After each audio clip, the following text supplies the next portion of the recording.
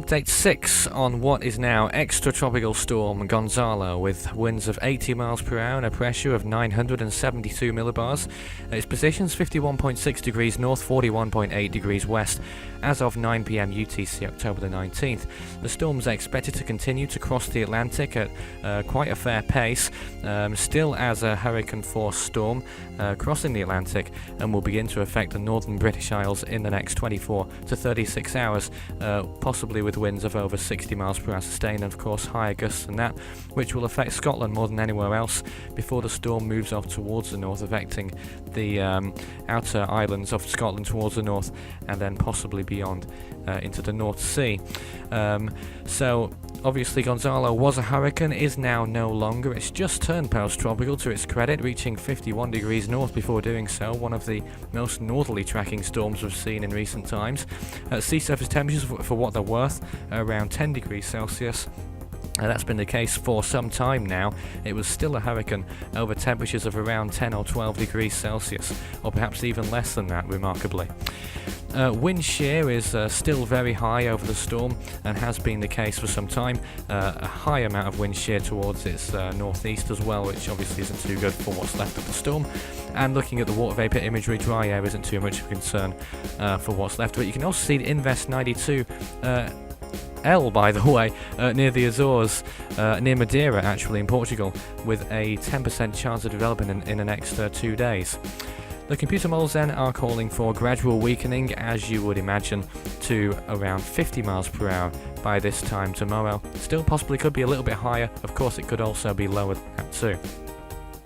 The models, as we've seen, expected to bring the storm into Scotland and then curving towards the north, so it will bring heavy rainfall and strong winds to that area in particular. Wind shear is through the roof at the moment, as I've explained. It's likely to decrease in the next 24 hours or so towards a low of around 10 by October 22nd. Sea surface temperatures, as we know, will never recover now, around 10 degrees up to 12 or 14 by the time it gets to Scotland. That's enough said really on the sea surface temperatures. And the relative humidity is expected to rise a little bit over the next day or so, for whatever that is worth too, towards 60 to 70%. So let's take a look at the floater imagery of the storm, how it's been progressing. You can see the latest satellite imagery the past few hours so you can see how fast it's been moving away from Newfoundland towards the bottom left there. The storm itself, the centre of it, becoming exposed rather easily now due to wind shear and the cold surface temperatures, and it's lost its tropical characteristics now as it moves towards the northeast east-northeast. So air pressure is 972 millibars, as I said, wind speeds 80 miles per hour still, and most of the bad weather in relation to the storm is off to the north and northeastern part of the cyclone as we speak.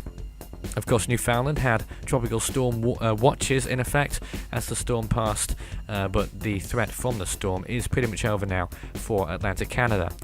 Around the world, on October 17th at 8 p.m. UTC, Anna is still a hurricane in the eastern central Pacific, as far as I know. Gonzalo is now a post-tropical storm. 92L in the Atlantic could become another cyclone. We also have an area of interest in the Gulf of Mexico too.